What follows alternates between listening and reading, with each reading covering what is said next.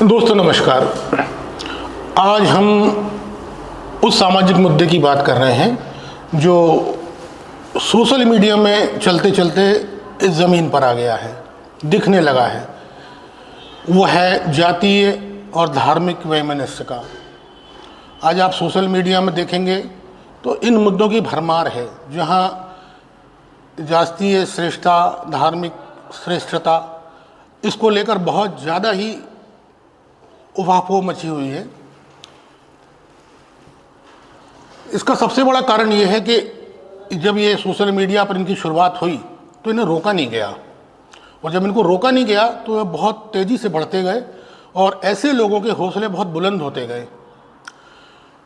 यही वजह है कि इन मुद्दों ने जो सोशल मीडिया में चला करते थे 2, 3, 4 साल, 5 साल पहले, 6 साल पहले, 10 साल पहले, वो ज़मीन पर आने लगे हैं। कहीं सवर्ण श्रेष्ठता, कहीं पिछड़ों की श्रेष्ठता, कहीं दलितों की श्रेष्ठता। मैं किसी संगठन का नाम नहीं लूँगा, न उसके बारे में बात करूँगा, लेकिन ये ज़रूर है कि जिस तरीके से ये एक प्रकार से कहना चाहिए कि इसमें बहुत ही निम्न स्तर की जो भाषा का इस्तेमाल किया जाता है धर्म के प्रति, जात के प्रति, समाज के प्रति, वो कहीं ना कहीं हमारे सामाजिक सद्भाव को, देश के सामाजिक सद्भाव को कमज़ोर कर रहा है। उम्मीद थी कि सरकार इसमें संज्ञान लेगी और बहुत जल्दी इनको काबू में करेगी, लेकिन ऐसा हो नहीं पाया और न हो पा रहा है।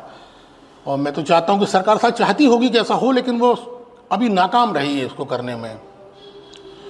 अब इसमें क्या कारण है, क्या वजह है, ये बहुत समझने की बहुत ज़रूरत है, क्योंकि इसका ज़मीनी स्तर पर इसका कोई सीधा संबंध नहीं है।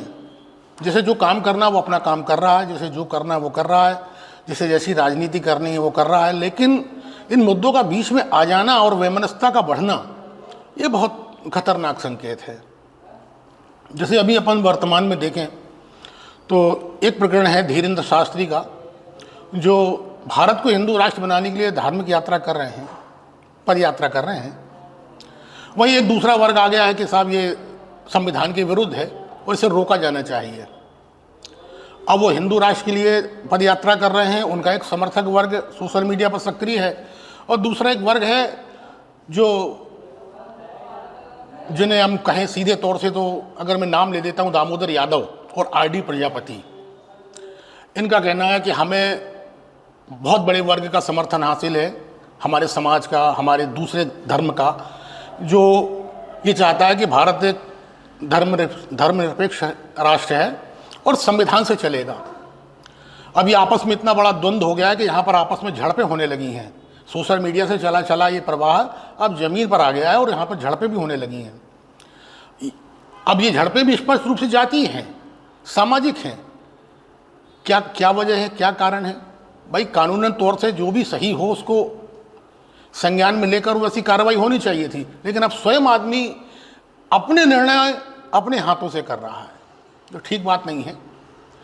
उसी तरह भी देखने में आया कि गोविंदा की पत्नी है सुनीता आहूजा, जो उनकी मामा की लड़की हैं, उनसे उनका विवाह हुआ। वो उन्हें ब्राह्मणों के खिलाफ काफ़ी अनर्गल बयान दिए, और इतने अनर्गल दिए कि मैं यहाँ उन्हें कहना नहीं चाहूँगा, लेकिन ये बहुत ही अनर्गल थे और बहुत ही आपत्तिजनक थे। ये बिल्कुल भी किसी भी दिशा में किसी भी तरीके से सही नहीं ठहराया जा सकते, ना इनकी दिशा ठीक है। और जिस पर उन्होंने बयान दिए, बड़ी एक हास्यास्पद बात है कि अभी सावन का महीना था और वो उज्जैन आई थी, और वहाँ पर उन्होंने विधिवत महाकाल मंदिर में ब्राह्मणों से पूजा करवाई, उनके पैर पड़े, उनसे आशीर्वाद लिया और सोशल मीडिया पर उसको डाला बहुत गर्व के साथ कि देखो मैं महाकाल मंदिर आई थी, मैंने आशीर्वाद लिया, अभिषेक किया और मुझे बहुत खुशी है, बड़ी प्रसन्नता हो रही है।